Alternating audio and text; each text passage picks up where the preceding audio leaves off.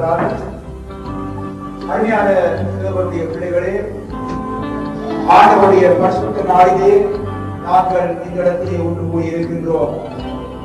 கர்த்தருடைய நாளிலே கர்த்தரை துதிப்பதற்காக, கர்த்தரை ஆராதிப்பதற்காக, கர்த்தருடைய நாமத்தை உயர்த்துவதற்காக அவருடைய சமூகத்தில் அவருடைய பிள்ளைகளாக நாங்கள் ஒன்று கூடி இருக்கின்றோம். அல்லேலூயா, அல்லேலூயா. ஆகவே நாங்கள் வேதத்திலே பார்க்கிறோம், தாவீது ராஜா சொல்லுகின்றார், கர்த்தர் நல்லவர் என்பதை ருசித்து பாருங்கள். அல்லேலூயா, அல்லேலூயா. கர்த்தர் நல்லவராய் இருக்கிறார். அவரை ருசித்து பார்த்த ஒவ்வொருவரும் கர்த்தர் நல்லவர் என்பதை கண்டு கொண்டிருக்கிறார்கள். ஆகவே அவர் நல்லவர் என்பதை நாங்கள் அறிய வேண்டும் என்றால் அவரை நாங்கள் ருசித்து பார்த்தவர்களாக இருக்க வேண்டும். அல்லேலூயா, அல்லேலூயா, அல்லேலூயா, அல்லேலூயா. கர்த்தரை நாங்கள் விசுவசிப்பது மட்டுமல்ல, அவரை ருசிக்கின்ற ஜனங்களாக நாங்கள் இருக்க வேண்டும் என்றுதான் கர்த்தர் விரும்புகின்றார். அவர் நல்லவர். நாங்கள் வேதத்திலே பார்க்கின்றோம், அவர் எங்கும் நன்மை செய்கிறவராய் சுற்றி திரிந்தார் என்று சொல்லி நாங்கள் பார்க்கிறோம். இன்றைக்கு 2000 ஆண்டுகளுக்கு முன்பாக அவர் மனிதனாக இந்த உலகத்திலேயே வாழும் பொழுது அவர் நன்மை செய்கிறவராய் சுற்றி திரிந்தார் என்று பார்க்கிறோம். ஆகவே நம்முடைய ஆண்டவராகிய இயேசு கிறிஸ்து வேதத்திலே நாங்கள் பார்க்கிறோம், அவர் நேற்றும் இன்றும் என்றும் மாறாதவராய் இருக்கிறார். அல்லேலூயா, அல்லேலூயா. ஆகவே அன்று நன்மை செய்கிறவராய் சுற்றி திரிந்த ஆண்டவராகிய இயேசு கிறிஸ்து இன்றைக்கும் நன்மை செய்கிற தேவனாய் சுற்றி திரிகிறார். அல்லேலூயா, அல்லேலூயா. எங்கள் மத்தியிலே நன்மை செய்கிற தேவனாய் அவர் வாழிக் கொண்டிருக்கிறார். அல்லேலூயா, அல்லேலூயா, அல்லேலூயா, அல்லேலூயா, அல்லேலூயா, அல்லேலூயா. ஆகவே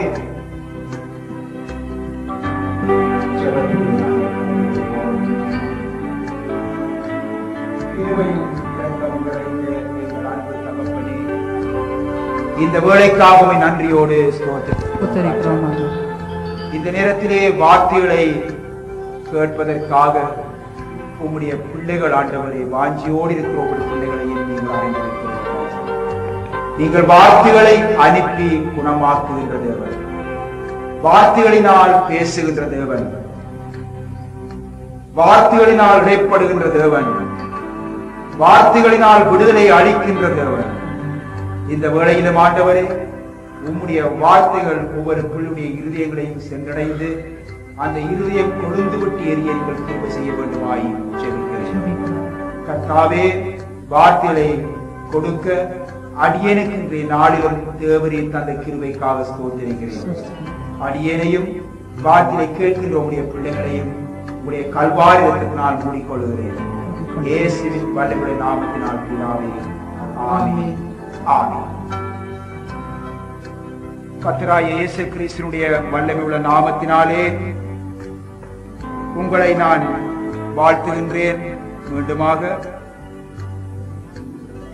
கர்த்தருடைய வார்த்தையை கேட்க வந்திருக்கிற நாம் ஒவ்வொருவரும் கர்த்தர் இன்றைய நாளிலும் என்னோடு பேச வேண்டும் என்று நாங்கள் வாஞ்சியோடு நாங்கள் காத்திருப்போம் என்றால் இந்த வார்த்தை மூலம் மட்டுமல்ல, இந்த சபை நேரம் முழுவதுமே கர்த்தர் உங்களோடு நிச்சயமாக பேசுவார். அல்லேலூயா.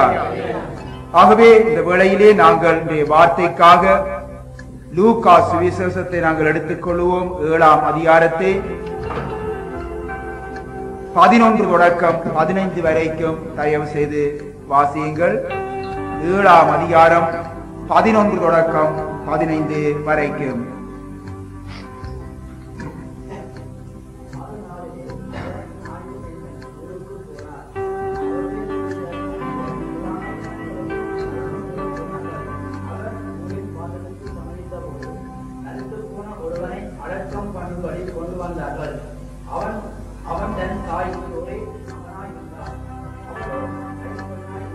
காயம் பெண்ணாயிருந்தார்.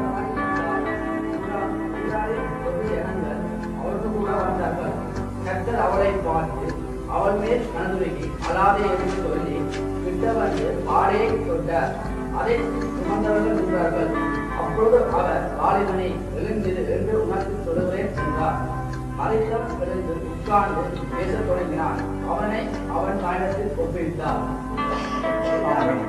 அருமையான தேவனுடைய பிள்ளைகள்,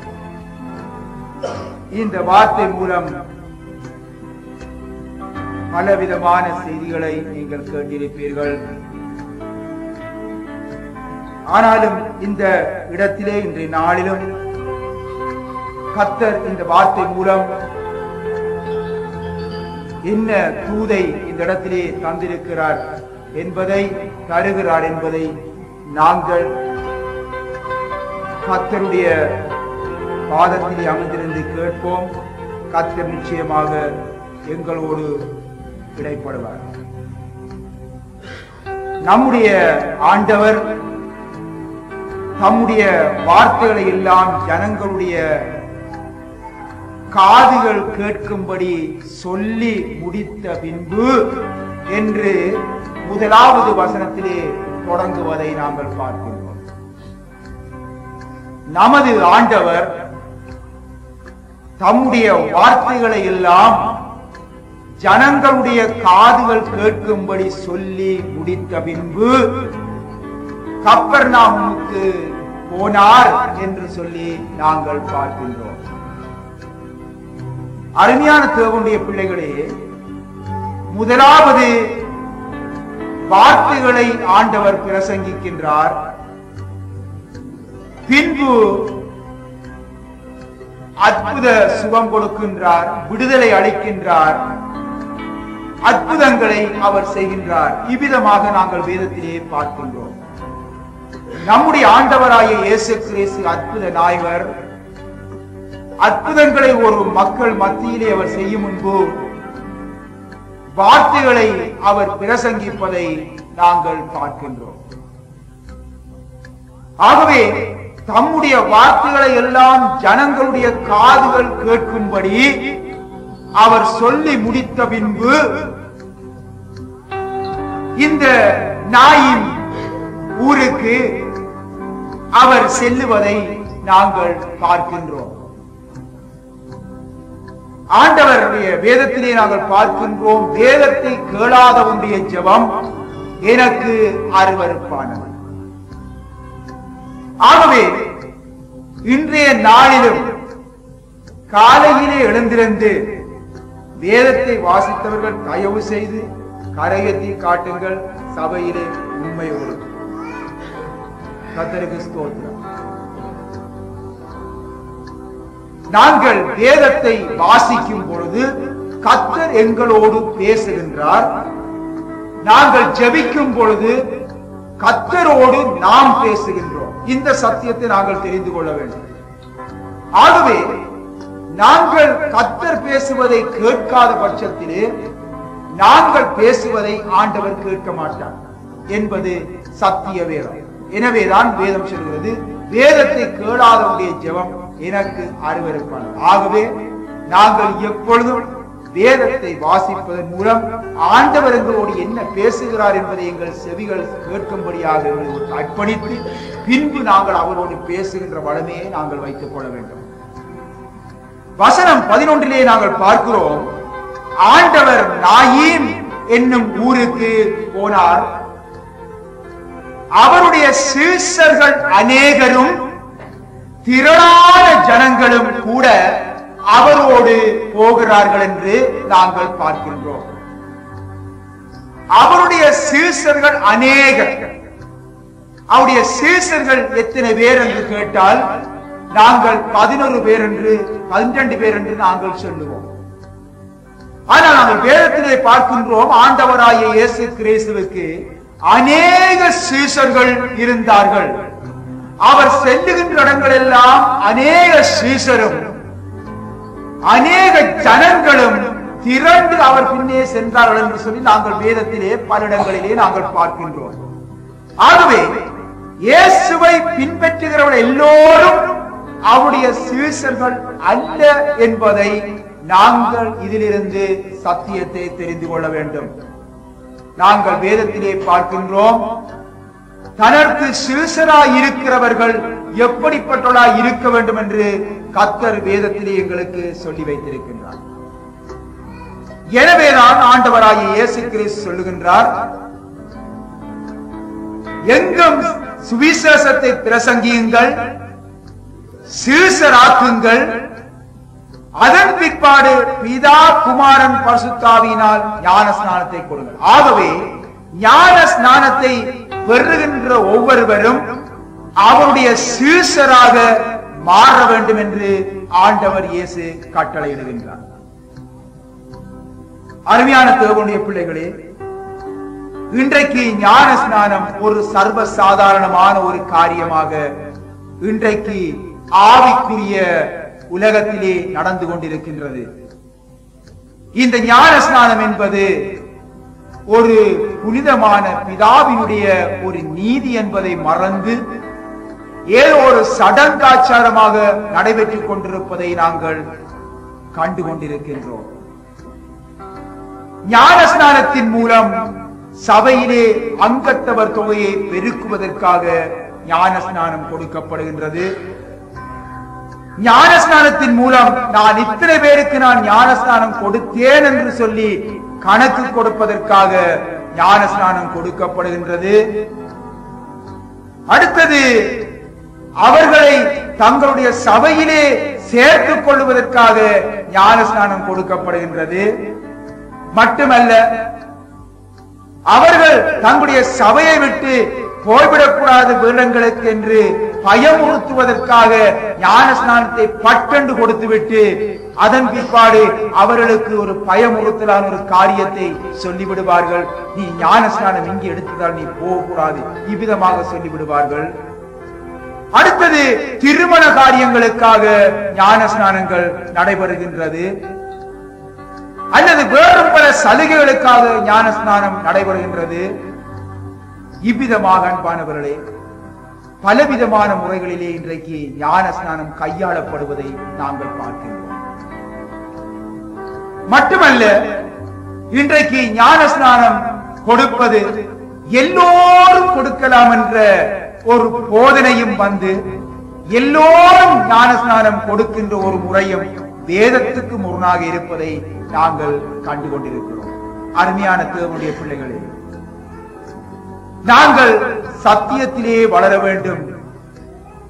ஒரு தடவை இந்த இடத்திலே ஒரு உபவாச நாளன்று ஞான ஸ்நானத்தை குறித்து கர்த்தர் திட்டமான விரிவான ஒரு வேத படிப்பை தந்தார். நீங்கள் தேவையானவர்கள் இந்த இடத்திலே அந்த கேசட்களை நீங்கள் கேட்டு வாங்கி நீங்கள் பயனடைய வேண்டும் என்று நான் வாஞ்சிக்கிறேன்.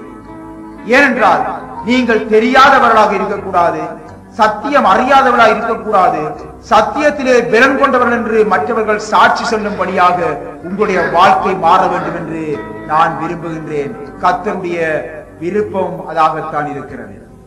ஆகவே அவரை பின்பற்றிய சீஷர்களில் அநேகர் நாங்கள் வேதத்திலே பார்க்கிறோம், அவருடைய உபதேசத்தை குறித்து முறுமுறுத்து அவரோடு கூட நடவாமல் பின்வாங்கி போனார்கள் என்று வேதத்திலே நாங்கள் பார்க்கின்றோம். ஆகவே நீதிமொழிகள் 27ஆம் அதிகாரத்திலே 23வது வசனத்தை நாங்கள் வாசித்து பார்க்கும் பொழுது, உன் ஆடுகளின் நிலைமையை நன்றாய் அறிந்து கொள், உன் மந்தைகளின் மேல் கவனமாய் இரு என்று சொல்லப்படுகின்றது. ஆகவே அருமையான தேவனுடைய பிள்ளைகளே, உன் ஆடுகளின் நிலைமையை நன்றாய் அறிந்து கொள், உன் மந்தைகளின் மேல் கவனமாயிரு என்று சொல்லப்படுகின்றது. எனவேதான் அருமையான தேவனுடைய பிள்ளைகளே, ஒவ்வொரு மந்தைகளை குறித்தும் ஆண்டவர் தந்திருக்கிற மந்தைகளை குறித்தும் அடியேன் எப்பொழுதும் கண்காணித்துக் கொண்டிருக்கிறவராய் இருக்கிறேன். ஏனென்றால் நான் அதை செய்யாமல் இருப்பேன் என்றால் நான் ஒரு நாள் தேவனுடைய முன்பாக நான் கணக்கு கொடுக்க வேண்டியவனாய் இருப்பேன். ஆனால் பலர் அதை விரும்புவதில்லை. பலர் அதை குறித்து அவர்கள் முறுமுறுப்பார்கள், கோபிப்பார்கள். ஆனால் தேவனுடைய சத்தியம் அதை சொல்லுகின்றது. சத்தியத்துக்கு கீழ்ப்படிய வேண்டியது எங்களுடைய கடமையாகவும் இருக்கிறது. அருமையான தேவனுடைய பிள்ளைகளே, இன்றைக்கு பாருங்கள், மனுஷரை குறித்து எச்சரிக்கையாயிரு. இந்த காரியத்துக்காக நீ இவர்களோடு ஐக்கியமாய் இராதே. சபையின் ஒழுங்கு இதுதான், இதன்படி நீ நட என்று சொல்லும் பொழுது அதன்படி கீழ்ப்படியாமல் முறுமுறுத்து அவர்கள் பின்வாங்கி போகின்ற எத்தனையோ மக்களை நாங்கள் இன்றைய நாளிலே நாங்கள் காண்கின்றோம். ஏன் அவர்கள் இவ்விதமாக நடந்து கொள்கிறார்கள் என்று பார்க்கும் பொழுது அவர்களுடைய வாழ்க்கைக்குள்ளே சுயநலம் கலந்திருப்பதை நாங்கள் நிச்சயமாக அறிந்து கொள்ள முடியும். ஆகவே அவன் சீஷன் என்று இந்த உலகத்திலே பெயர் பெற்றிருந்தாலும் அவன் இயேசுவோடு நடவாமல் பின்வாங்கி போகின்றான் என்ற சத்தியத்தை நாங்கள் இன்றைய நாளிலும் கற்றுக்கொள்ள வேண்டும். அருமையான தேவனுடைய பிள்ளைகள், உன் ஆடுகளின் நிலைமையை குறித்து அறிந்து கொள், உன் மந்தைகளின் மேல் கவனமாய் இரு என்று சொல்லும் பொழுது இந்த நாட்கள் மிகவும் ஒரு கடுமையான நாட்களிலே நாங்கள் வாழ்ந்து கொண்டிருக்கின்றோம். மிகவும் ஒரு பிரச்சனையான காலத்திலே நாங்கள் வாழ்ந்து கொண்டிருக்கிறோம். தேவனுடைய வருகை சமயமாகிக் கொண்டிருக்கிற வேளையிலே இந்த உலகத்திலே ஆண்டவர் சொல்லுகின்றார், ரட்சிக்கப்படுகிறவர்களும் ரட்சிக்கப்பட்டவர்களும் வஞ்சிக்கப்படுவார்கள் என்று சொல்லப்படுகின்றனர். ஆகவே இது நினைத்து பாருங்கள், ரட்சிப்படைந்தவர்களும் வஞ்சிக்கப்படுவது ஆண்டவருடைய விருப்பமாய் இருக்குமா? ஒருபொழுதும் விருப்பமாய் இருக்காது. எனவேதான் கர்த்தர் இந்த மந்தைகளை குறித்து கவனமாய் இரு என்று சொல்லுகிறார். கவனமாய் இல்லாது போனால் மேய்ப்பனே தேவனுக்கு முன்பாக கணக்கு கொடுக்க வேண்டிய ஒரு நிலைமை உருவாகும் என்பதை நாங்களும் தெரிந்து கொள்ள வேண்டும் என்பார்கள்.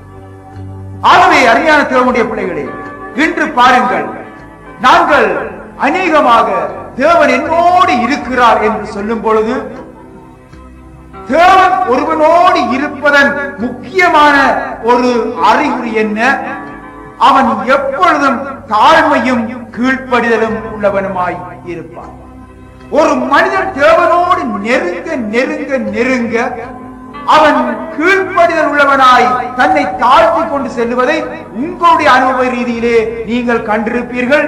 ஏன், நீங்கள் அவ்விதமாக சொல்லுவதை கூட என் காதினால் கேட்டிருக்கிறேன். நான் கர்த்தருக்கு நன்றி கூறுகிறேன், சந்தோஷப்படுகின்றேன். ஆகிய அருமையான தேவனுடைய பிள்ளைகளே, இயேசு வேறு சபை வேறு அல்ல. இயேசுவும் சபையும் ஒன்று. சில பேர் சொல்லுவார்கள், நான் இயேசுவை நான் விசுவசிக்கிறேன், சபையை குறித்து எனக்கு அக்கறை இல்லை என்று சொல்லுவார்கள். தவறு. இந்த உலகத்திலே ஒரு மனிதனுக்கு கொடுக்கப்பட்டிருக்கிறது கர்த்தருடைய ஆவிக்குரிய சரீரமாகிய சபை. இன்றைக்கு 2000 ஆண்டுகளுக்கு முன்பு எங்களுடைய சரீரத்திலே ஆண்டவராகிய இயேசு கிறிஸ்து உலாவினார். அவரை எத்தனையோ மக்கள் அவரை பின்பற்றினார்கள். ஆனால் இன்றோ அவருடைய சபையானது அவருடைய சரீரமாயிருக்கிறது, ஆவிக்குரிய சரீரமாயிருக்கிறது. ஆகவே அவருடைய சரீரத்திலே அவரை பின்பற்றுகிற ஜனங்கள் ஒன்று சேர்ந்து கொள்ளுகிறார்கள். ஆகவே சபை வேறு, இயேசு கிறிஸ்து வேறு அல்ல என்பதை நீங்கள் இன்றைய நாளிலே தெரிந்து கொள்ள வேண்டும். ஆகவேதான் ஆண்டவராகிய இயேசு கிறிஸ்து சொல்லுவதை நாங்கள் பார்ப்போம். மத்தேயு சுவிசேஷம் 7ஆம் அதிகாரம் 6ஆம் வசனத்தை நாங்கள் வாசிப்போமா? மத்தேயு 7:6 வாசியுங்கள்.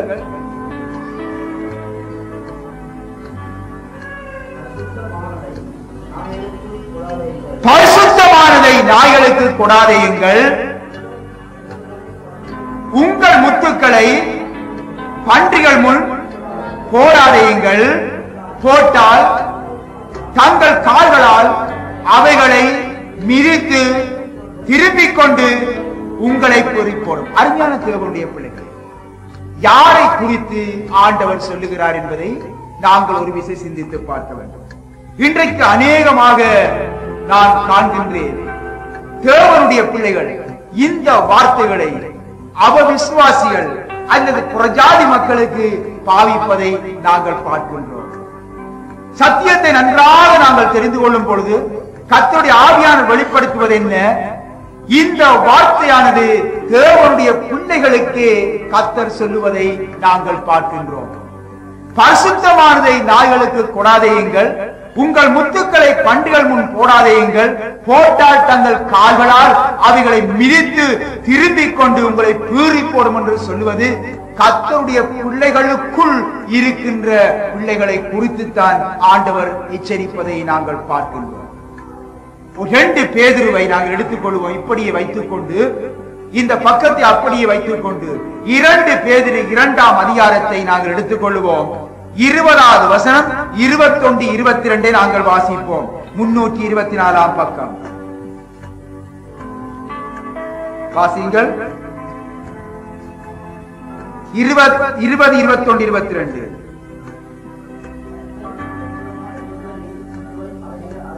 கர்த்தரும் இரட்சகருமாய் இருக்கிற இயேசு கிறிஸ்துவை அறிகிற அறிவினாலே உலகத்தின் அசுத்தங்களுக்கு தப்பினவர்கள் மறுபடியும் அவைகளில் சிக்கிக் கொண்டு ஜெயிக்கப்பட்டால் அவர்களுடைய பின்னிலைமை முன்னிலைமையிலும் கேடுள்ளதாயிருக்கும்.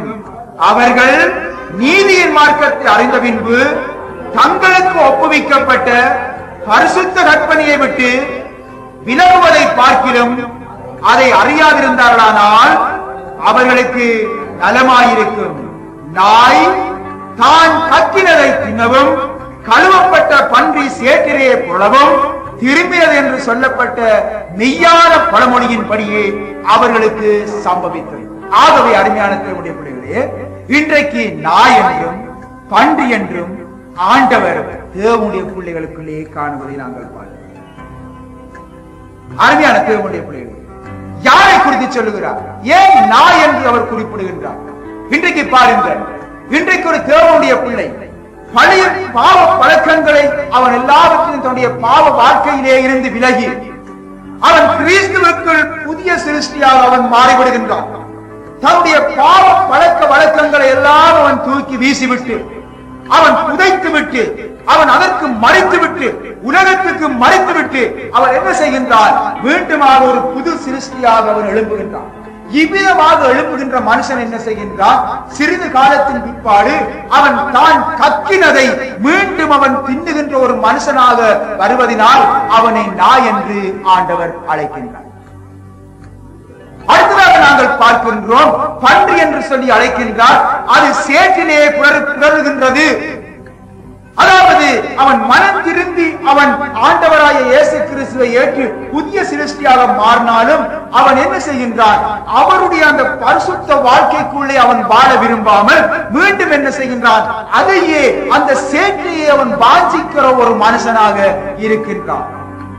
ஆகவே இவரை குறித்து வேதம் சொல்லுகின்றது, கர்த்தராகிய இயேசு கிறிஸ்துவை அறிகின்ற அறிவினாலே உலகத்தின் அசுத்தங்களுக்கு தப்பினவர்கள், இந்த உலகத்தின் அசுத்தங்களுக்கு தப்பினவர்கள் மறுபடியும் அவர்களிலே சிக்கிக் கொண்டு அந்த அசுத்தங்களினால் அவன் ஜெயிக்கப்பட்டால் அவர்களுடைய பின்னிலைமை முன்னிலைமையிலும் மோசமாக கேடுள்ளதாய் இருக்கும் என்று சொல்லி சொல்லுவதை நாங்கள் பார்க்கிறோம். ஆகவே அருமையான தேவனுடைய பிள்ளை, ஆண்டவராகிய இயேசு கிறிஸ்துவை அறிந்த பிள்ளை, அசுத்தங்களுக்கு தப்பின பிள்ளை மீண்டுமாக அந்த அசுத்தத்தை அவன் விரும்புவான் என்றால் அவனுடைய முன்னிலைமையை விட பின்னிலைமை கேடுள்ளதாய் இருக்கும் என்று கர்த்தர் எச்சரிப்பதை நாங்கள் பார்க்கின்றோம். ஆகவே எனக்கு அருமையான தேவனுடைய பிள்ளைகளே, இப்படிப்பட்டவர்கள், அதாவது இவ்விதமாக பின்மாற்றத்திலே போயிருக்கிறவர்கள், இவர்கள் பின்மாற்றக்காரர் என்று வேதம் சொல்லுகின்றது.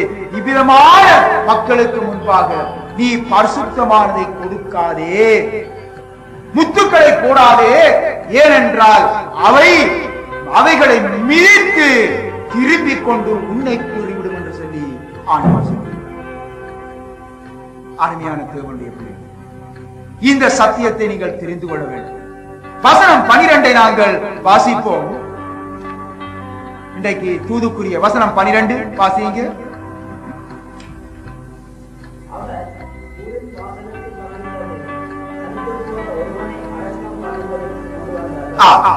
அருமையான தேவனுடைய பிள்ளைகளே, இங்கே நாங்கள் பார்க்கிறோம், இவ்விதமாக நம்முடைய ஆண்டவர் அந்த ஊரின் வாசலுக்கு செல்லும் பொழுது, சமீபித்த பொழுது மரித்து போன ஒருவனை அடக்கம் பண்ணும்படி கொண்டு வந்தார்கள் என்று சொல்லி நாங்கள் பார்க்கின்றோம். ஆண்டவர் நாயின் ஊர் வாசலுக்கு சமீபித்த போது மரித்து போன ஒருவன், மரித்து போனவனை அடக்கம் பண்ணாவிட்டால் என்ன நடக்கும்? நாரும். அடக்கம் பண்ணாவிட்டால் நாரும். அவனை ஒழித்து வைக்க முடியுமா? அறைக்குள்ளே பூட்டி வைக்க முடியுமா? அல்லது எங்கேயாவது கொண்டு போய் மறைத்து வைக்க முடியுமா? இல்லை. அவன் மரித்து விட்டான் என்பதை இந்த உலகமே அறிய செய்துவிடும் அந்த நாரி போன சரீரம். ஆனால் அருமையான தேவனுடைய பிள்ளையே, ஒருவன் ஆத்மாவிலே செத்து போவான் என்றால் யாருமே கண்டுபிடிக்க முடியாது. ஒரு ஆத்மாவிலே செத்து போனால் அவனை கண்டுபிடிப்பது கஷ்டம்.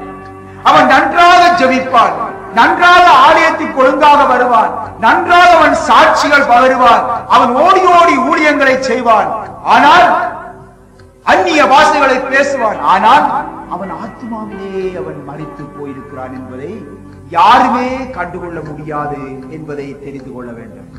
ஆகவே இவ்விதமான ஒரு காரியம் மிக ஆபத்தான ஒரு காரியம் என்பதை நாங்கள் தெரிந்து கொள்ள வேண்டும் என்பார்கள். ஏனென்றால் மரித்து போன ஒருவரை ஒருவர் கண்டால் அதை அடக்கம் பண்ணிவிடுவார்கள்.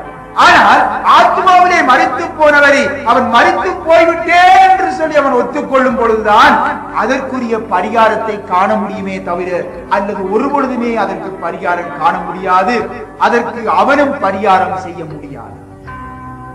அருமையான தேவனுடைய பிள்ளைகளே, ஆத்மாவிலே மரித்தவன் அது ஒரு மிகவும் ஆபத்தான ஒரு கேஸ் என்று சொல்லி நாங்கள் தெரிந்து கொள்ள வேண்டும். சரீரத்திலே மரித்தவனை உலகம் கண்டுபிடித்து அடக்கம் பண்ணிவிடும். ஏன்? சுகாதாரத்துக்கு அது கெடுதி, சுகாதாரத்துக்கு கெடுதி என்று சொல்லி அடக்கம் பண்ணி விடுவார்கள். ஆனால் ஆத்மாவிலே செத்தவனை இந்த உலகம் ஏற்றுக்கொள்ளும் அன்பானவர்களே, இந்த உலகம் ஏற்றுக்கொள்ளும். ஆத்மாவிலே செத்தவனை அவன் சுகாதாரத்துக்கு கேடு உண்டாக்கி கொண்டு, அதாவது தன்னோடு இணைந்தவர்களுக்கு கேடு உண்டாக்கி கொண்டே இருப்பான் என்பதையும் நாங்கள் மறந்துவிடக்கூடாது. அருமையான தேவனுடைய பிள்ளைகளே, இந்த சரீரத்திலே செத்தவனை இந்த உலகம் அடக்கம் பண்ணும், ஆனால் ஆத்மாவிலே செத்தவனை பரலோகம் அடக்கம் பண்ணிவிடும். தேவதூதர்கள் அவனை அடக்கம் பண்ணி விடுவார்கள் என்பார்கள். நாங்கள் அதை கொஞ்சம் நாங்கள் சிந்தித்து பார்க்க வேண்டும்.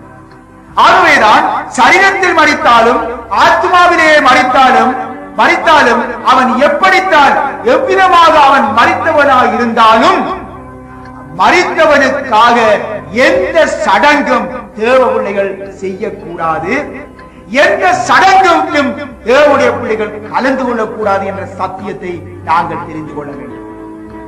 ஏனென்றால் பின்வாங்கி பாருங்கள், அதாவது மரித்தவன் ஒன்றுமே அறிய மாட்டான். பிரசங்கிலே நாங்கள் பார்க்கும் பொழுது சூரியனுக்கு கீழே செய்யப்படுகின்ற காரியங்களில் அவனுக்கு எந்த பங்கும் இல்லை என்று சொல்லப்படும் பொழுது நாங்கள் எவ்வளவுதான் பணத்தை இந்த மக்கள் செய்து ஆத்ம சாந்தி என்று சொல்லி செய்தாலும் அது ஒருபொழுதும் சாந்தி அடையாது, ஒருபொழுதும் சாந்தி அடையாது. அருமையான தேவனுடைய பிள்ளைகளே, இன்னும் பாருங்கள், ஒரு பின்வாங்கி போனவன், தற்கொலை செய்து கொண்டவன், இவர்களை மத்தியிலே நாங்கள் பார்க்கும் பொழுது இப்படிப்பட்டவர்களுடைய மரண வீடுகளில் கூட தேவனுடைய பிள்ளைகள் கலந்து கொள்ளக்கூடாது. மரண வீட்டில் கூட தேவனுடைய பிள்ளைகள் கலந்து கொள்ளக்கூடாது. அவர்கள் சொந்த சபையாய குடும்பத்துக்குள்ளே இருக்கிற ஒரு அங்கத்தவராக இருக்கலாம், சபையே கலந்து கொள்ளக்கூடாது, சபையே அவருக்கு பிரேத அடக்கம் செய்யவே கூடாது என்ற சத்தியத்தை நீங்கள் இன்றைய நாளிலே தெரிந்து கொள்ள வேண்டும். ஆகிய அருமையான தேவனுடைய பிள்ளைகளே, கிறிஸ்துவுக்குள் மரிக்கிறவனை அவனை மரிக்கிறவன் என்று சொல்லவில்லை, வேதம் அவனை நித்திரை கொள்ளுகிறான் என்று அழைக்கிறது. அவன் நித்திரை செய்கின்றான், ஏனென்றால் அவன் எழுப்பப்பட போகின்றவன். ஆகவே மரித்தவனை எழுப்ப முடியாது, நித்திரை கொள்ளுகிறவனைத்தான் எழுப்ப முடியும். ஆகவே நாங்கள் கர்த்தருக்குள் மரித்து நித்திரை அடைந்தவர்களாய் மாறுவோம் என்றால் என் ஆண்டவராகிய இயேசு கிறிஸ்துவின் வருகையிலே நாங்கள் நிச்சயமாக எழுப்பப்படுவோம். ஹல்லேலூயா, ஹல்லேலூயா. ஆகவே அருமையான தேவனுடைய பிள்ளைகளை, வசனம் 12 நாங்கள் வாசிப்போம். அவர் ஊரின் வாசிங்கள்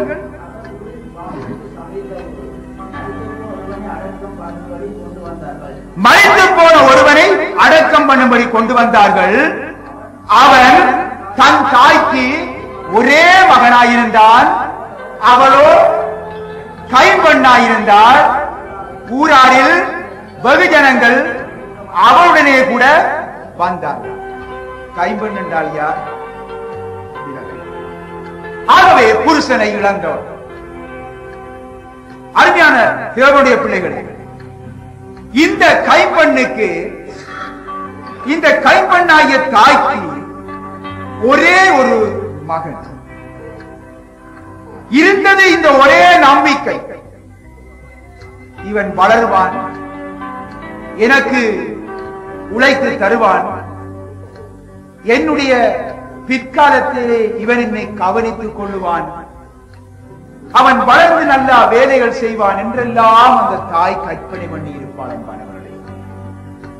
ஆனால் அந்த மகன் இறந்து விட்டான் என்று சொல்லுவதை விட அவனுடைய நம்பிக்கை செத்து விட்டது என்று சொல்லுவது பொருத்தமாயிருக்கும். அவள் நம்பியிருந்த நம்பிக்கை செத்து விட்டது. அந்த மகன் மரித்து விட்டான். நினைத்து பாருங்கள், அந்த தாயினுடைய வேதனை எவ்விதமாக இருக்கும் என்று நீங்கள் ஒரு விசை நீங்கள் உணர்ந்து பாருங்கள்.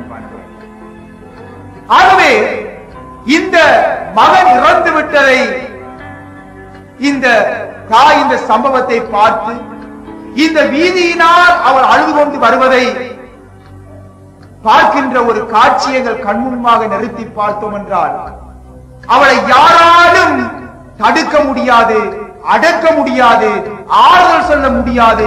அந்த நிலையிலே அவள் வந்திருப்பாள் என்பதை நாங்கள் பார்க்கின்றோம்.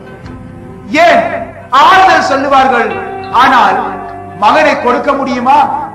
அவருடைய இழப்பை ஈடு செய்ய முடியுமா? அவருடைய நம்பிக்கைக்கு ஒளி கொடுக்க முடியுமா? நம்பிக்கை இழந்தவளுக்கு ஒளி கொடுக்க முடியுமா? முடியவே முடியாது.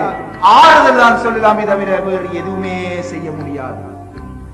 அருமையான தேவனுடைய பிள்ளைகளே, ஆறுதல் கொடுப்பது மட்டுமல்ல, இன்றைய உலகத்திலே இவ்விதமான காரியங்கள் நடக்கும் பொழுது சேருகின்ற மக்கள் என்ன செய்வார்கள்? இன்னும் வேதனைகளை கூட்டிவிட்டு போகிற மக்களாகத்தான் இருப்பார்களே தவிர ஒரு ஆறுதல் கொடுக்கிற மக்களாக ஒருபொழுதும் இருக்க மாட்டார்கள் என்பதை நாங்கள் நிச்சயமாக தெரிந்து கொள்ள வேண்டும். அருமையான தேவனுடைய பிள்ளைகளே, இந்த கைம்பெண் என்று பார்க்கும் பொழுது அவள் புருஷனை இழந்தாள். புருஷனை இழந்த இந்த கைம்பெண்ணை குறித்து சத்திய வேதம் என்ன சொல்லுகின்றது? நாங்கள் 1 தீமோத்தேயு 5ஆம் அதிகாரத்தை எடுத்துக் கொள்வோம். 1 தீமோத்தேயு 5ஆம் அதிகாரம்.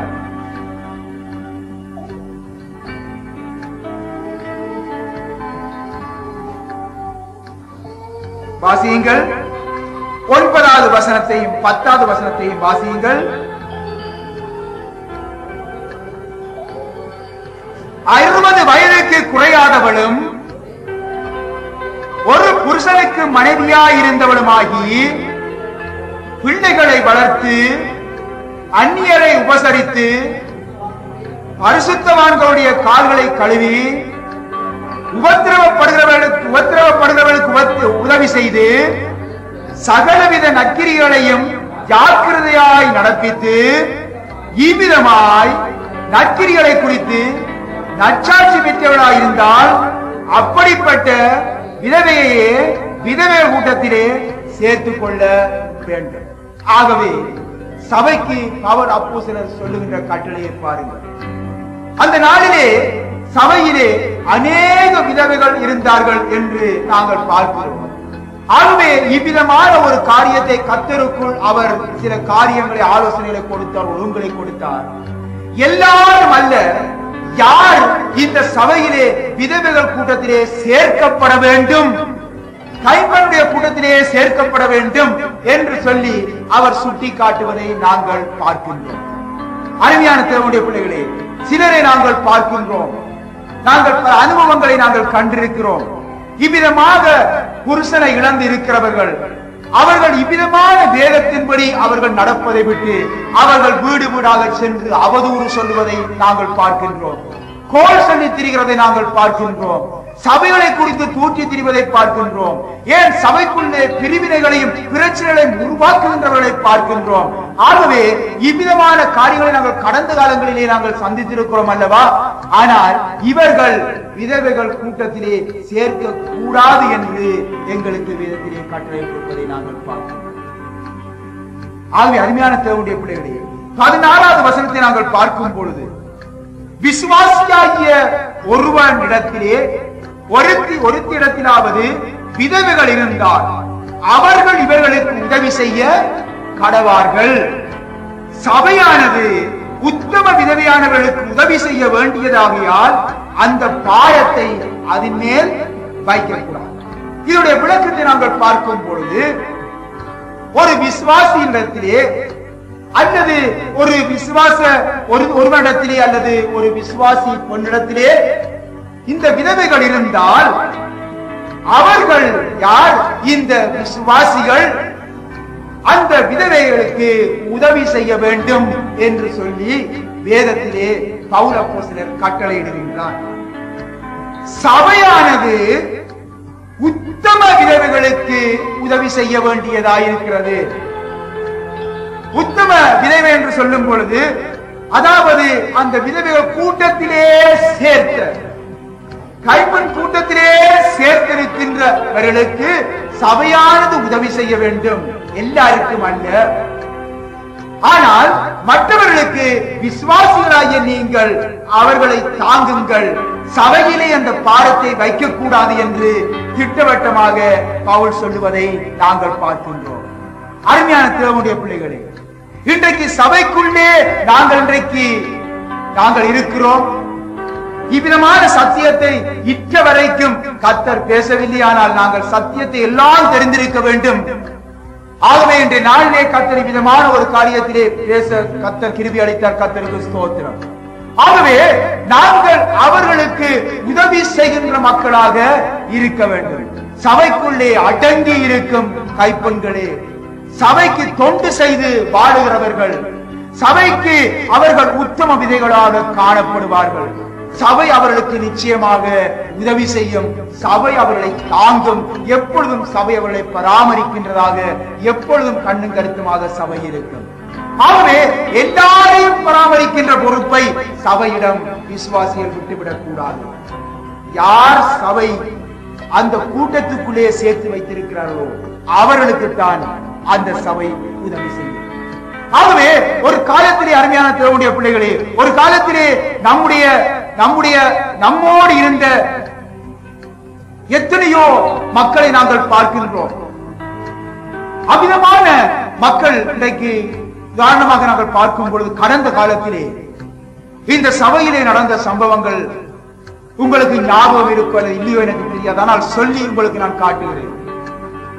ஒரு தடவை இந்த இடத்திலே ஒரு புருஷனை இழந்த ஒரு சகோதரி மிகவும் கஷ்டப்பட்டு நாங்கள் கிறிஸ்துவுக்குள் இரவு பகலாக வழிநடத்தி, ஞான ஸ்நானத்தை பெறமாட்டேன், நான் குழந்தையிலே ஞான ஸ்நானம் பெற்றவள் என்று சொல்லி வாழ்ந்த அந்த சகோதரி கர்த்தருடைய பெரிய கிருபையினால் நாங்கள் வழிநடத்தி, பெரிய கிருபையினால் கர்த்தரை ஏற்றுக்கொண்டு வந்து இருந்த நேரத்திலே நாங்கள் ஊழியத்திலே படுகின்ற கஷ்டத்தை பார்த்து ஒரு நாள் அந்த சகோதரி வந்து கேட்டார், என்னிடம் 6000 மார்க் பணம் இருக்கின்றது, இதை நீங்கள் எடுத்து வேன் ஒன்று வாங்கி ஊழியத்தை செய்யுங்கள், என்னுடைய பிள்ளைகளுடைய கல்யாணத்துக்காக வேண்டி அதை நான் வைத்திருக்கின்றேன், அது இப்போதைக்கு நடக்கிற காரியம் இல்லை, அவர்கள் வளர வேண்டும், ஆகவே நீங்கள் ஏற்ற காலத்திலே நீங்கள் கொஞ்சமாகவோ அல்லது முழுசாகவோ தர வேண்டிய நேரத்திலே தாருங்கள், இப்பொழுது அந்த பணம் என்னிடத்தை வைத்துக் கொண்டிருக்கிறேன், அதை நீங்கள் வாங்கி நீங்கள் வேன் ஒன்று எடுத்து நீங்கள் ஊழியத்தை செய்யுங்கள் என்று சொல்லி அந்த சகோதரி வந்து கேட்டார்.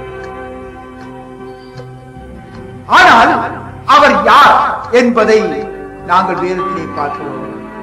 வேதம் சத்திய வேதம் என்ன சொல்லுகிறது என்று பார்க்கிறோம். ஆகவே இதை அறிந்து நாங்கள் சொன்னோம், சகோதரி வேண்டாம், அந்த பணத்தை நீங்கள் வைத்துக் கொள்ளுங்கள்.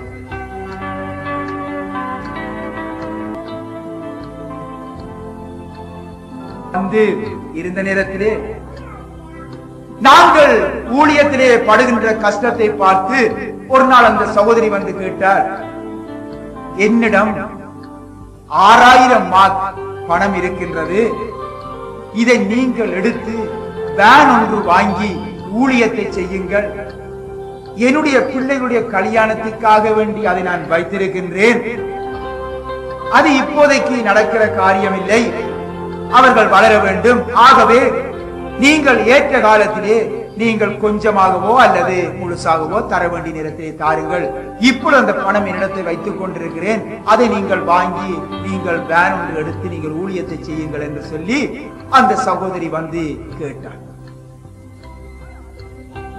ஆனால் அவர் யார் என்பதை நாங்கள் வேதத்திலே பார்க்கிறோம். வேதம் சத்திய வேதம் என்ன சொல்லுகிறது என்று பார்க்கிறோம். ஆகவே இதை அறிந்து நாங்கள் சொன்னோம், சகோதரி வேண்டாம், அந்த பணத்தை நீங்கள் வைத்துக் கொள்ளுங்கள், நீங்கள் வைத்துக் கொள்ளுங்கள், இல்லை என்ற கரைச்சல் படுத்தின நேரத்திலே நாங்கள் சொன்னோம், வேண்டாம் சகோதரி, நீங்கள் வைத்துக் கொள்ளுங்கள், ஏற்ற வழியிலே நாங்கள் கேட்கிறோம் என்று சொல்லிவிட்டு விட்டுவிட்டோம். இதே நேரத்திலே இந்த இடத்திலே இன்னொரு சபை பாஸ்டர் ஒருவர் இந்த இடத்திலே வந்திருந்தார். அவரோடு நாங்கள் பேசும் பொழுது அந்த சகோதரி சபை ஊழியத்திலே கொண்டிருக்கிற வாஞ்சை, எங்களிலே கொண்டிருக்கிற ஒரு அக்கறையை குறித்து நாங்கள் சந்தோஷமாக பேசி இந்த சம்பவத்தை குறித்து சொன்னோம். அந்த சகோதரி எவ்விதமாக ஒரு அக்கறையோடு இருக்கிறார் பாருங்க ஒரு சபையிலே என்று சொல்லி நாங்கள் சொன்னோம்.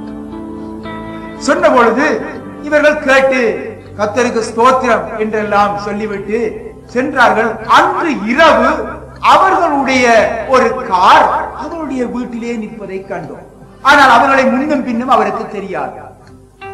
என்னென்று பார்த்த பொழுது அவர் தனிப்பட்ட முறையிலே அங்கே சென்று தன்னுடைய சபைக்கு ஒரு வேன் வேண்டும், நான் அந்த வேனுக்கு பணம் தேவையாயிருக்கிறது, எங்களிடம் பணமும் இல்லை, சகோதரி உங்களால் உதவி செய்ய முடியும் என்றால் செய்யுங்கள், கர்த்தர் உங்களுக்கு உதவி செய்வார் என்று சொல்லும் பொழுது சகோதரிக்கு அந்த பணத்தில் ஞாபகத்தில் இருந்ததை எடுத்து அப்படியே கொடுத்து விட்டார்.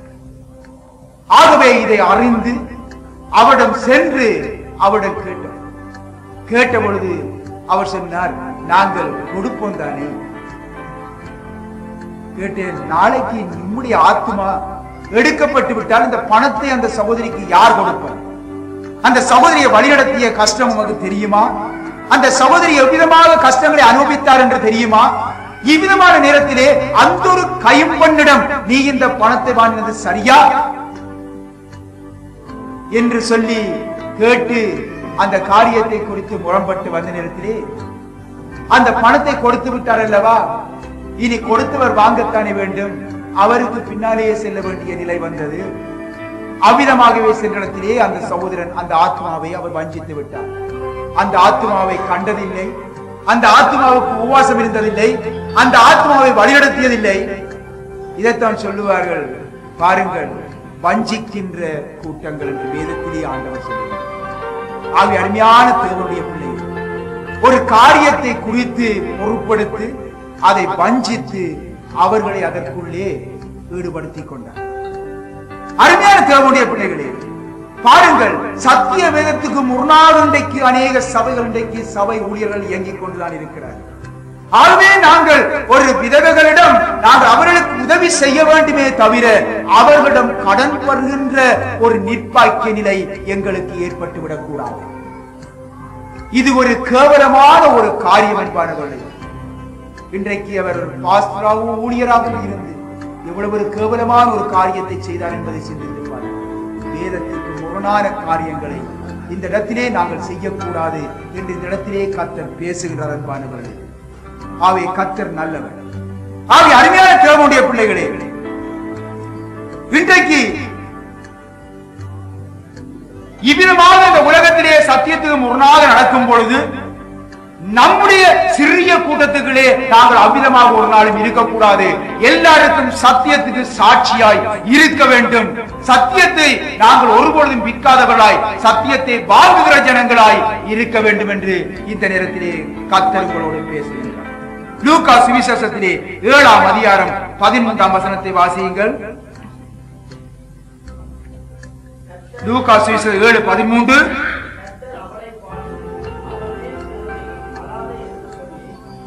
கர்த்தர் அவளை பார்த்து அவள் மேல் மனதுருகி அழாதே என்று சொன்னார்.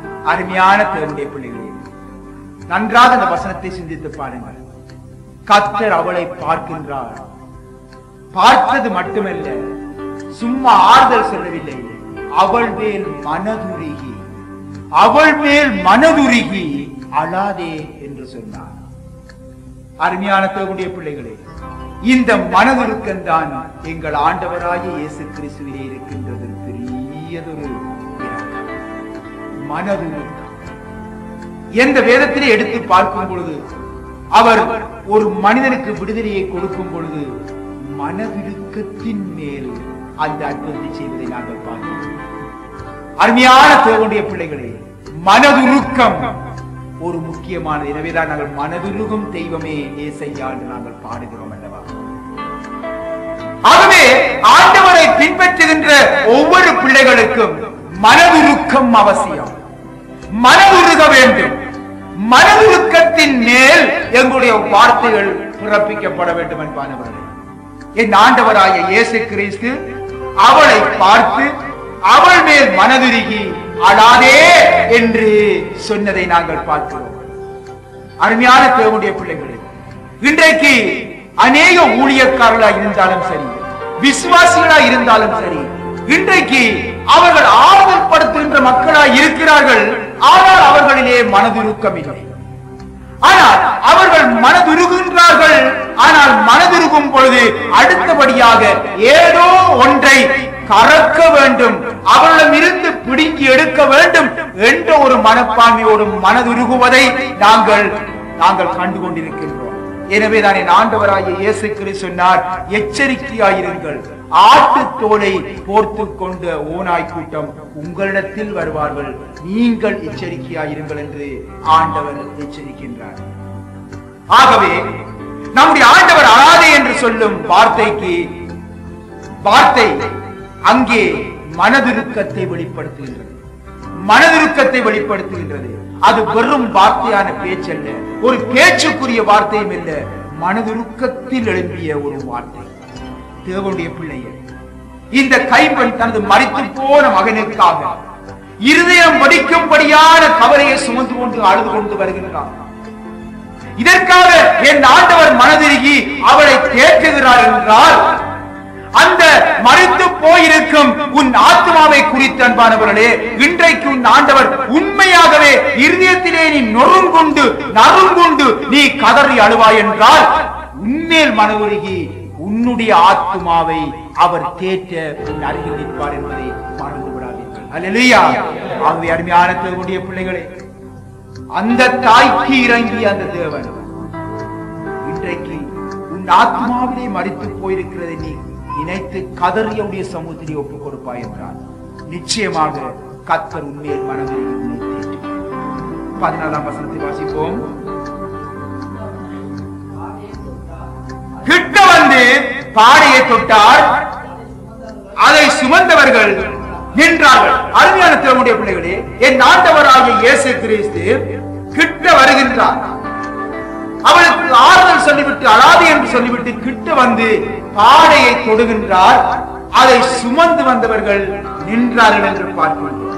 என் ஆண்டவராகிய இயேசு கிறிஸ்து, நீ கட்டுப்பாடு இல்லாமல் ஓடி இருக்கின்ற உன்னுடைய வாழ்க்கை, நீ கட்டுப்பாடு இல்லாமல் செய்கின்ற ஒவ்வொரு செய்கைகள், நீ ஆத்மாவிலே செத்து போய் நாளாக செத்து கொண்டு போய் கட்டுப்பாடு இல்லாமல் பாவத்தின் மேல் பாவத்தை செய்து வாழ்ந்து கொண்டிருக்கின்றாய். ஆனால் என் ஆண்டவராகிய இயேசு கிறிஸ்து உன்னை தொடுவார் என்றால் அதோடு உன்னுடைய நடவடிக்கை நிறுத்தப்படும். அல்லேலூயா.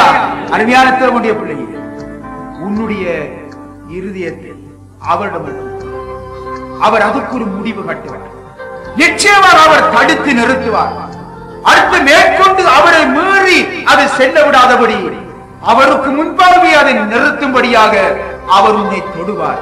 ஆகவே நீ எப்படிப்பட்ட ஒரு மனுஷனாக இருக்கலாம், மனுஷியாக இருக்கலாம், எப்படி கர்த்தருக்கு துரோகத்தை செய்திருக்கலாம், இன்றைய நாளிலும் கர்த்தருடைய சமூகத்திலே உன்னை ஒப்புக் கொடுப்பாய் என்றால், நிச்சயமாக கர்த்தர் தொட உன்னை ஒப்புக் கொடுப்பாய் என்றால், இன்றையோடு கர்த்தர் அதுக்கு ஒரு வரம் ஒன்றை வைத்து விடுவார்.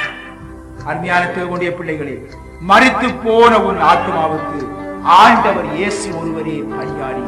அவர் தொட உன்னை ஒப்புக்கொடு. அவர் மனதிருகி அழாதே என்று சொன்ன தேவன் இன்றைக்கு மனதிருகி அந்த தாயின் வேதனையை நீக்குகின்றார். வாலிபனை எழுப்பிரு என்று அவர் சொல்லுகின்றார். அழாதே என்று சொன்னது மட்டுமல்ல, அந்த பாடையை தொட்டார் மட்டுமல்ல, பாடை நிறுத்தப்பட்டது மட்டுமல்ல, உடனே அந்த பாடையிலே இருக்கின்ற சடலத்தை பார்த்து வாலிபனே நீ எழுந்திரு என்று சொல்லுவதை நாங்கள் பார்க்கின்றோம். 15ஆம் வசனத்தை வாசியுங்கள். மறித்தவன் எழுந்து உட்கார்ந்து பேச தொடங்கினான். என் அருமையான தேவனுடைய பிள்ளைகளே, அவருடைய வார்த்தை செல்லுகின்றது, மறித்தவன் உயிர் வருகின்றான் என்பதை நாங்கள் பார்க்கிறோம். எனவே நாங்கள் பார்க்கிறோம், வார்த்தையை அனுப்பி தேவன் ஒருவனை குணமாக்குகிறார். அல்லேலூயா. தேவனுடைய பிள்ளையே, உன் ஆத்மா மரித்து போய் இருக்கிறது. உன்னுடைய ஆத்மா அதை உயிர்ப்பிக்க முடியாமல் நீ வேதனை அடைந்து கொண்டிருக்கிறாய். உன்னை உயிர்ப்பிப்பதற்கு நீ பலவிதமான வழிகளை நீ தேடுகின்றாய், முடியாது. ஆனால் என் ஆண்டவராகிய இயேசு கிறிஸ்து ஒருவர்தான் மரித்து போயிருக்கிறவனுடைய ஆத்மாவை உயிர்ப்பிக்க முடியும். ஹல்லேலூயா. இங்கே சொல்லப்படுகின்றது, மரித்தவன் எழுந்திருந்து உட்கார்ந்து பேச தொடங்கினான். அருமையான தேவனுடைய பிள்ளைகள், மரித்தவன் எழுந்திருந்தான் என்று சொல்லிட்டு விட்டிருக்கலாம். அவன் மரித்தவன் ஆண்டவர் அவரை உயிர்ப்பித்து தாயிடத்தில் ஒப்படைத்தார் என்று சொல்லியிருக்கலாம். மரித்தவன் எழுந்து உட்கார்ந்து பேச தொடங்கினான். ஹல்லேலூயா. நம்முடைய ஆண்டவர் பெரியவர். ஆமென். ஒரு பாடல் எல்லாரும் இருந்தபடியிலே நாங்கள் பாடுவோமா? கரங்களை தட்டி. உங்களுக்கு புதிய பாடலாய் சிலருக்கு இருந்தாலும் சேர்ந்து என்னோட பாடுங்கள். நீங்கள் சேர்ந்து பாட வல்லவர்களாய் இருக்கிறீர்கள். கர்த்தர் உங்களுக்கு உதவி செய்வார்.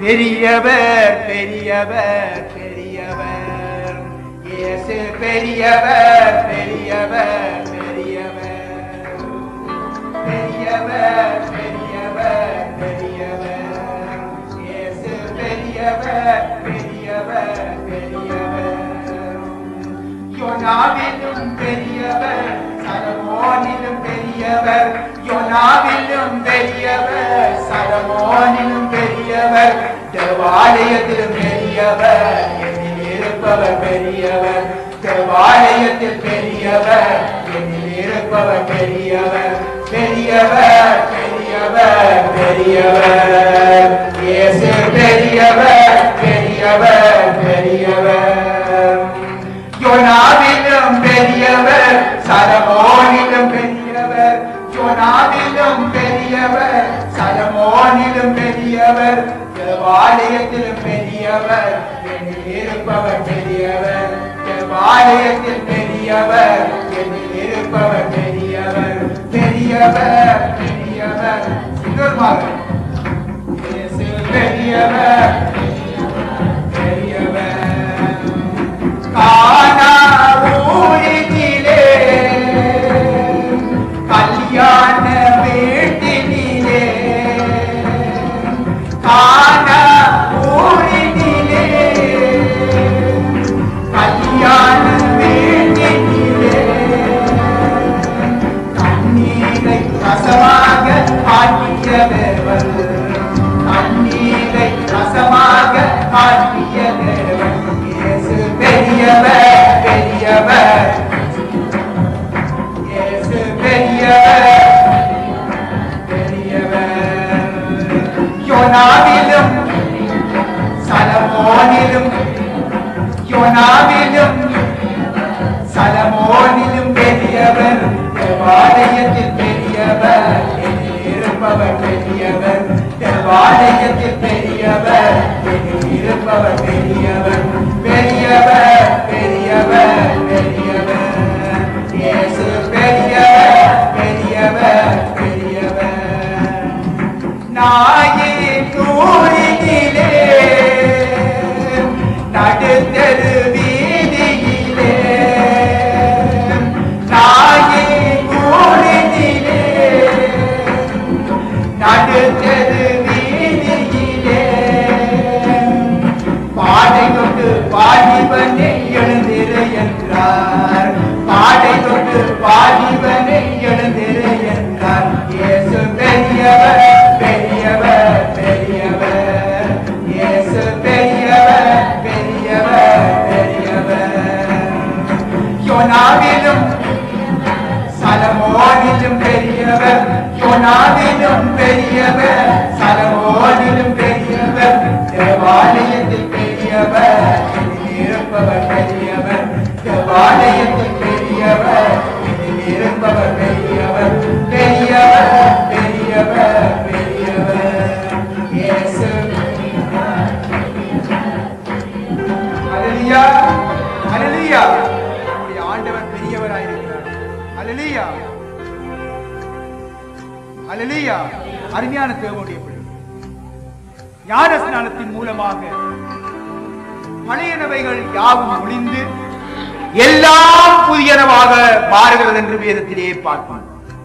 ஆகவே நீ புதிய மனுஷனாக நீ எழுந்ததுண்டானா இந்த உலகத்திற்கு மரித்து பாவத்துக்கு மரித்து மீண்டும் நீ எழுந்தது உண்டானால், உயிர்ப்பித்தது உண்டானால் நீ பேச வேண்டும். அல்லேலூயா. ஆகவே ஒரு சடலமானது அது உயிர்ப்பிக்கப்பட்டால் அது பேச வேண்டும். பேசாது போனால் அது பேசாது போனால் அது உயிர்ப்பிக்கப்பட்டதற்கு எந்த விதமான ஆதாரமும் இல்லை. இன்றைக்கு பார்க்கிறோம், ஒரு பிரேதத்தை கொண்டு போய் சுடலையிலே கொண்டு போய் வைக்கின்றார்கள். அந்த சுடலையிலே அந்த பிரேதத்துக்கு நெருப்பு ஊட்டுகிறார்கள். நெருப்பு மூட்டும் பொழுது அந்த பிரேதத்தை பாருங்கள், சில நேரங்களில் எழும்பி குந்தி கொண்டு இருக்கும். எழும்பி குந்தி கொண்டு இருக்கும். அது தெரிஞ்ச ஒரு கையெழுத்து காட்டு பார்ப்போம். ஆமே. ஆனா பேசுமா? பேசாது. அதுவும் குந்தி கொண்டுதான் இருக்குது. ஆனா ஞானஸ்நானம் பெற்று உயிர்ப்பித்தாக்களும் சில பேர் குந்தி கொண்டுதான் இருக்கிறாங்க. அது அந்த சுடலையில குந்தி கொண்டிருக்கிற ஆள் மாதிரி தான் இருக்கும். ஆகவே உண்மையாக நான் உயிர்த்ததுண்டானால் நான் பேசுகின்றவனாக இருக்கணும். எதை குறித்து பேச வேண்டும்? சினிமாவை குறித்தா, அரசியலை குறித்தா, அல்லது பக்கத்து வீட்டுக்காரனை குறித்தா? இந்த வாலிபன் பாடையிலே படுத்திருந்தான், வாலிபனை எழுந்திரு என்று சொன்னால் அவன் எழுந்திருந்து அவன் பேசத் தொடங்கினான் என்றால் அரசியலா பேசியிருப்பான் ஆண்டவரோட, பக்கத்தில் நிலவுட புதினங்கள் பேசியிருப்பானா, அல்லது ஏதாவது காரியங்கள் உலக கதைகளை கழிச்சிருப்பானா? இல்லை. ஆண்டவர் இயேசு கிறிஸ்து தனக்கு செய்த மகிமையான காரியத்தை குறித்து பேசியிருப்பார். ஹல்லேலூயா. அதே போன்று நீங்கள் மரித்து நீங்கள் உயிர்த்தெழுந்தானால் நீங்கள் ஆண்டவராகிய இயேசு கிறிஸ்துவை பேசுகிற ஜனங்களாக இருக்க வேண்டும். ஹல்லேலூயா. அருமையான தேவனுடைய பிள்ளைகளே, அப்படி என்றால் அருமையான தேவனுடைய பிள்ளைகளே, நாங்கள் எப்பொழுதும் ஆண்டவருடைய நாமத்தை மகிமைப்படுத்துகிற ஜனங்களாய், ஆண்டவருக்கு சாட்சி வாழ்கின்ற பிள்ளைகளாய், ஆண்டவர் எனக்கு செய்த நன்மைகளை எடுத்து சொல்லுகிற ஜனங்களாய், நான் பேசுகிற ஜனங்களாய் இருக்கும் பொழுதுதான் மற்றவர்கள் நீ உயிர்ப்பிக்கப்பட்டதை அவர்கள் தெரிந்து கொள்வார்கள்.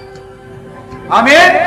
அருமையான தேவனுடைய பிள்ளைகளே, இன்றைக்கு எத்தனை தேவனுடைய பிள்ளைகள் அவர் உயிர்ப்பிக்கப்பட்டவர்கள் என்று சொல்லிக்கொண்டு சீட்டு கதைகள் பேசுவாங்க, பட்டி கதைகள் பேசுவாங்க, வட்டிக்கு பணம் கொடுக்கிறதை பற்றி பேசுவாங்க, நகை கதைகளை குறித்து பேசுவாங்க, எத்தனை பவுன்ல நாங்க செயின் செய்ய வேணும், சங்கிலி செய்ய வேணும், எத்தனை மோதிரங்கள் செய்யணும் பேசுவாங்க. அருமையான தேவனுடைய பிள்ளைகளே, இன்றைக்கு விதமாக எல்லாம் பேசிக் கொண்டிருக்கிறோம். இது மரித்ததற்கு தான் அடையாளம். அதாவது சுடலையிலே குந்தி கொண்டிருக்கிற அந்த உருவத்தை குறித்து தான். ஆகவே அந்த சுடலையிலே குந்தி கொண்டிருக்கிற அந்த உருவத்தை குறித்து எந்த மனுஷரும் விரும்ப மாட்டார்கள். எப்படி செய்வார்கள்? அந்த உருவத்தை குறித்து பயந்து தான் ஓடுவார்கள். அருமையான தேவனுடைய பிள்ளைகள், நாங்கள் கிறிஸ்துவுக்குள் நாங்கள் வாழுகிறோம், கிறிஸ்துவுக்கு நாங்கள் உயிர்த்தெழுந்திருக்கிறோம் என்ற அர்த்தம். இயேசுவை குறித்து நாங்கள் பேசுகிற ஜனங்களாக இருக்க வேண்டும். அல்லேலூயா, அல்லேலூயா. ஆகவே அருமையான தேவனுடைய பிள்ளைகளே, இன்றைய நாளிலே நீங்கள் ஞான ஸ்நானத்தின் மூலமாக நீங்கள் உயிர் பெற்றவர்களாய் இன்றைக்கு இருக்கிறீர்கள். அடுத்த வாரத்திலே ஞான ஸ்நானத்தின் மூலமாக அவர்கள் எல்லாவற்றுக்கும் மறைத்து அவர்கள் ஞான ஸ்நானத்தின் மூலமாக புதிய மனதினாக எழும்புவதற்கு இன்றைக்கு ஆயத்தப்படுத்திக் கொண்டிருக்கிற பிள்ளைகள் இருக்கிறீர்கள். ஆனால் இன்றைக்கு நான் உங்களுக்கு சொல்லுகிறேன், நீங்கள் பேசுகின்ற ஜனங்களாய் இருக்க வேண்டும். ஆண்டவராகிய இயேசு கிறிஸ்துவை குறித்து எங்கும் நீங்கள் துணிந்து பேசுகின்ற ஜனங்களாய் இருக்க வேண்டும். அவருடைய நாமத்தை மகிமைப்படுத்துகிற ஜனங்களாய் இருக்க வேண்டும். எந்த ஒரு மனுஷனும் உங்களுடைய ஆத்மாவை உயிர்ப்பிக்கவில்லை. எந்த ஒரு மனுஷனும் உங்களுடைய ஆத்மாவை நரகத்தின் வாசலில் இருந்து பாதுகாக்கவில்லை. என் ஆண்டவராகிய இயேசு கிறிஸ்து ஒருவர் தான் உங்களை பாதுகாத்தார். அல்லேலூயா. ஆகவே அவருடைய நாமத்தை மகிமைப்படுத்துங்கள். கர்த்தர் உங்களை ஆசீர்வதிப்பார். அல்லேலூயா. ஆகவே விதமாக அவர் உயிர்த்து அவர் பேச தொடங்கியவனை ஆண்டவர் என்ன செய்கின்றார்? என்ன செய்கின்றார்? என்ன செய்கின்றார்? தாயிடம் ஒப்பு கொடுக்கின்றார். ஆகவே இவ்விதமாக உயிர்த்தெழுந்த ஒருவனை, அவன் பேசத் தொடங்குகிற மனிதனை தாயாகிய இந்த சபையிடம் அவனை பராமரிக்கிறதற்கு, பாலூட்டி அவனை பராமரிக்க அந்த தாயிடம் கர்த்தர் ஒப்பு கொடுக்கின்றார். எனவேதான் நாங்கள் வேதத்திலே பார்க்கிறோம், ரட்சிக்கப்படுகிறவர்களை அனுதினமும் கர்த்தர் சபையிலேயே சேர்த்து வந்தார் என்றார். எனக்கு அருமையான தேவனுடைய இன்றைய நாளில் இந்த வார்த்தையை குறித்து, இன்றைய நாளிலும் கர்த்தர் இந்த வார்த்தைகளோடு பேசியதை குறித்து நீங்கள் வீட்டுக்கு சென்று சிறிது நேரம் தியானம் செய்யுங்கள். அந்த தியானத்தின் மூலமாக நீங்கள் மென்மேலும் ஆண்டவரோடு நெருங்குகிற ஜனங்களாக, ஆண்டவரோடு ஐக்கியமாயிருக்கிற ஜனங்களாக, அவருடைய சரீரமாகிய சபையிலே அவருடைய நாமம் மகிமைக்காக எழுப்பி பிரவாசிக்கிற ஜனங்களாக வாழ வேண்டும் என்று கர்த்தர் ஒவ்வொருவருக்கும் இந்த நேரத்தில் இந்த நல்ல ஆசையை உங்களுக்கு ஆரம்பித்தார்.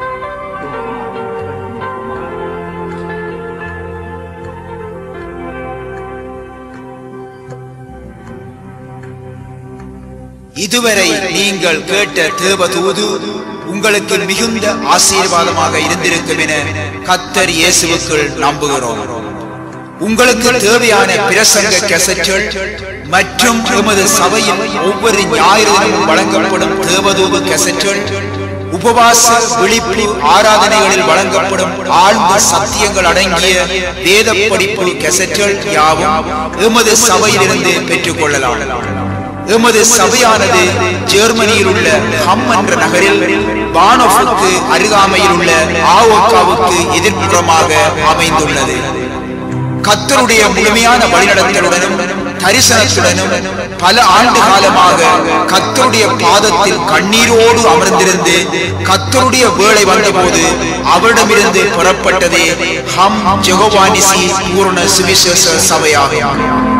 ஹம் நகரில் அமைந்திருக்கும் கர்த்தரின் இந்த ஒரே ஒரு சபையானது சத்தியத்தை சத்தியமாகவே பிரசங்கித்து வரும் தேவனுடைய வீடாக இருந்து வருகிறது. எமது சபையில் ஒவ்வொரு ஞாயிறு தினமும் பிற்பகல் 3 மணிக்கு பரிசுத்த ஆராதனையும், ஒவ்வொரு வியாழனும் பிற்பகல் 6:30 மணிக்கு ஜெப வழிபாடும் நடைபெறுகிறது. ஒவ்வொரு மாதமும் உபவாச நாள் அனுஷ்டிப்பும் விழிப்பு ஆராதனையும் நடைபெறுகிறது. நீங்களும் எமது சபை ஐக்கியத்திலும் ஆராதனைகளிலும் கலந்து கொண்டு கிறிஸ்துவுக்குள் வளர்ந்து பலனடைந்து ஆசீர்வாதமாய் இருக்க வேண்டும் என வாஞ்சையுடன் உங்களையும் அழைக்கிறோம். நீங்கள் தொடர்பு கொள்ள வேண்டிய தொலைபேசி இலக்கம் 0238123936 ஜெர்மனி. கர்த்தர் உங்களை ஆசீர்வதிப்பாராக. ஆமென்.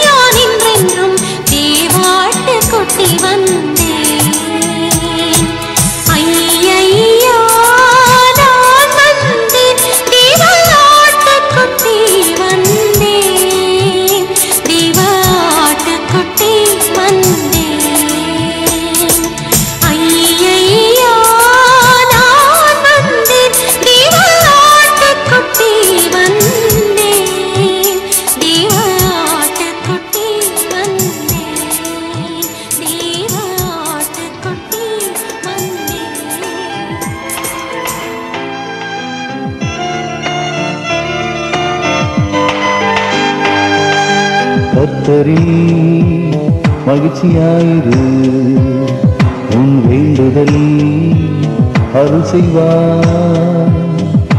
கர்த்தரில் மகிழ்ச்சியாயிரு, உன் வேண்டுதல் அருள் செய்வார். கர்த்தரே உந்தன் நம்பிக்கை, இன்னல்கள் தீர்ப்பவர் அரணான கோட்டை. கர்த்தரே உந்தன் நம்பிக்கை, இன்னல்கள் தீர்ப்பவர் அரணான கோட்டை.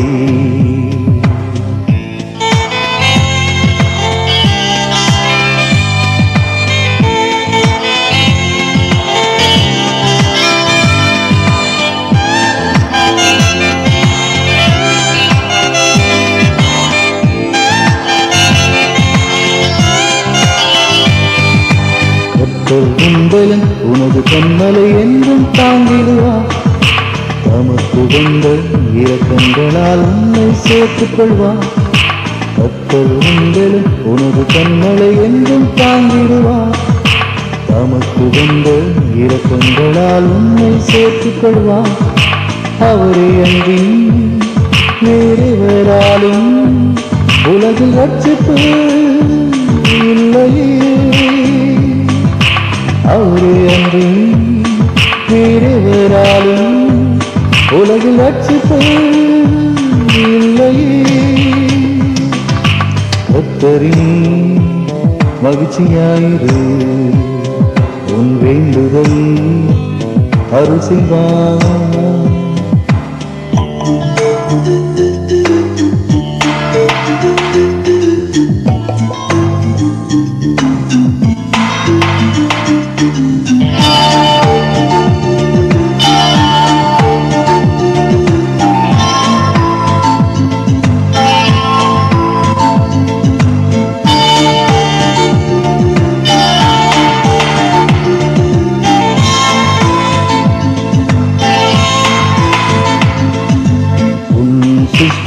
உன் நாயகர் சேனைகளின் கர்த்தர், அவரின் நடக்கலும் ஆறுதலானவர், நீ நம்பும் நித்திய பிதா.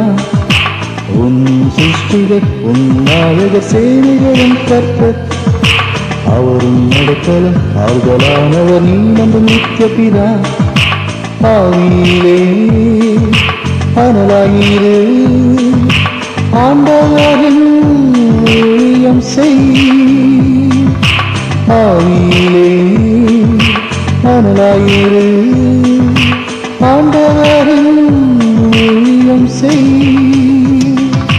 கர்த்தரில் மகிழ்ச்சியாயிரு, உன் வேண்டுதல் அருள் செய்வார்.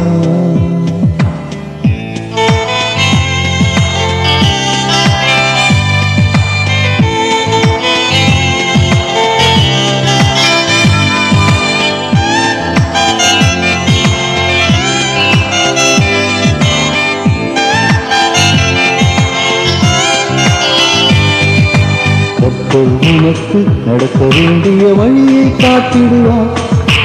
அவருடைய வழியை என்றும் காத்து நடந்திடுவார். கர்த்தர் உனக்கு நடக்க வேண்டிய வழியை காட்டிடுவார். அவருடைய வழியை என்றும் காத்து நடந்திடுவார். உத்தமவா நீ நடந்து நன்மையை பெற்றிடுவார். உத்தமமா நீ நடந்து நன்மையை பெற்றிடுவார். கர்த்தரில் மகிழ்ச்சியாயிரு, உன் வேண்டுதல் அருள் செய்வார். கர்த்தரில் மகிழ்ச்சியாயிரு, உன் வேண்டுதல் அருள் செய்வார். கர்த்தரே உந்தன் நம்பிக்கை, இன்னல்கள் தீர்ப்பவர் அரணான கோட்டை. கர்த்தரே உந்தன் நம்பிக்கை, இன்னல்கள் தீர்ப்பவர் அரணான கோட்டை.